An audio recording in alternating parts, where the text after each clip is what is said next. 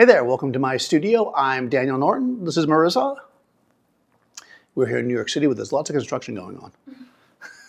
So anyways, I'm going to make another video about ratios because this one we're going to talk about hair lights. This is another one where people are a little bit thrown off because the hair light can be a little bit tricky, right? It's easy enough to take your fill in your main light and kind of figure out where the math is power-wise, but how do you do a hair light? Because it's coming at a different angle, the exposure. So I'm going to give you a real simple way to do it. We'll use a light meter, but you can do it without one as well. It just requires a little more testing. And effectively what we're going to do is this. We're going to set up our key light and our hair light to be the same number. And then once we do that, we can start messing with ratios now, and I'll show you how to do that. Okay, so number one, I'm going to establish my exposure using a light meter. If I've not used a light meter before, basically I want to shoot at 5.6. So I'm going to take my light meter, I'm going to put it in front of Marissa towards the light. It's reading f4, so I'm going to turn it up a little bit. So all I'm doing is I'm just adjusting. I have my remote here, and I'm just adjusting the power up until I get the exposure I want, which is 5.6. That's probably going to be a little bit hot, but that's fine. And the reason why I say that is because I'm metering towards the light. So of course, metering towards the light, it's going to give me an exposure just for the light source.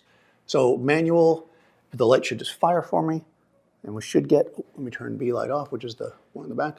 Okay, so that's just the one light. Here we go. Oop, went out of blink there, but that's good. Okay, yeah, a little bit hot, just like I said. And I actually like it a little hot. So that's perfect for me. I love that. Now we want to add a hair light. So, but where do we put it? What I generally like to do is one of two things. Depending on your lights, you could just put, if they're the same distance and the same modifier, you could just set them at the same number. But we're using two different modifiers at two different distances. So what I'm going to do is I'm going to take my remote again. I'm going to look here though to start, and we're going to set this one at the same. So I'm going to come here.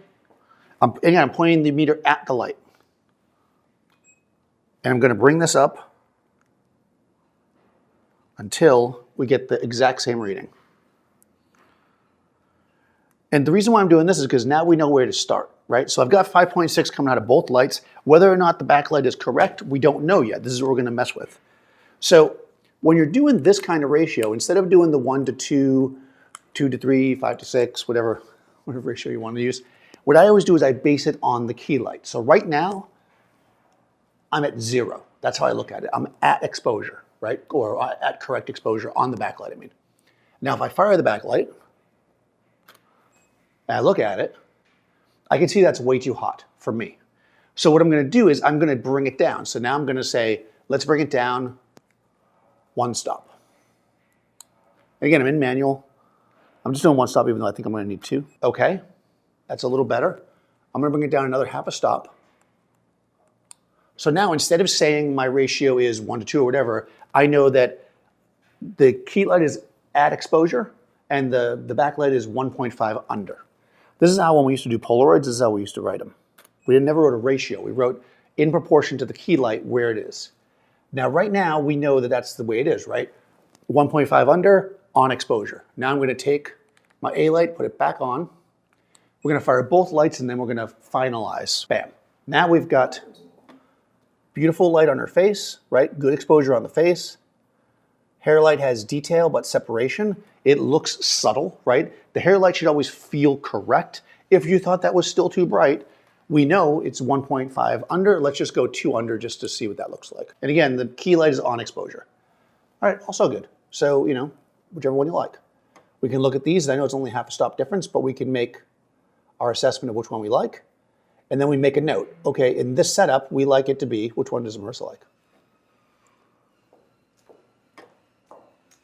Ooh, la la. I don't know. Right, the top one's a little more glamorous because it's brighter, and the bottom one's a little more subtle, right? I like glamorous. Yep.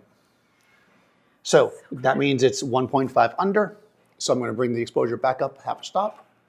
And again, because I know this ratio or this modification off the key light, I can easily do this and bring it back and forth. Oh, you're looking a little bit like, yeah, you turn more, and also you're looking like, she's like suspicious. What do you want? She's like, huh. It's like, my hair looks good today. Why are you looking at me? Your face this way slightly. Yeah, there we go. Right, and then we've got this beautiful hair light. You know, and just for the fans, the people that like the top of your head, will come up a little bit. Let's get the top of Marissa's head. This is for you guys that like the whole head to be in the shot. There we go. I want to get just barely the top of it. We don't really leave any space at all. We don't want to waste those pixels. Boom. Oh, that's a very glamorous sweep. Oh, yeah, the hair was kind of glam. Yeah. I can move it back.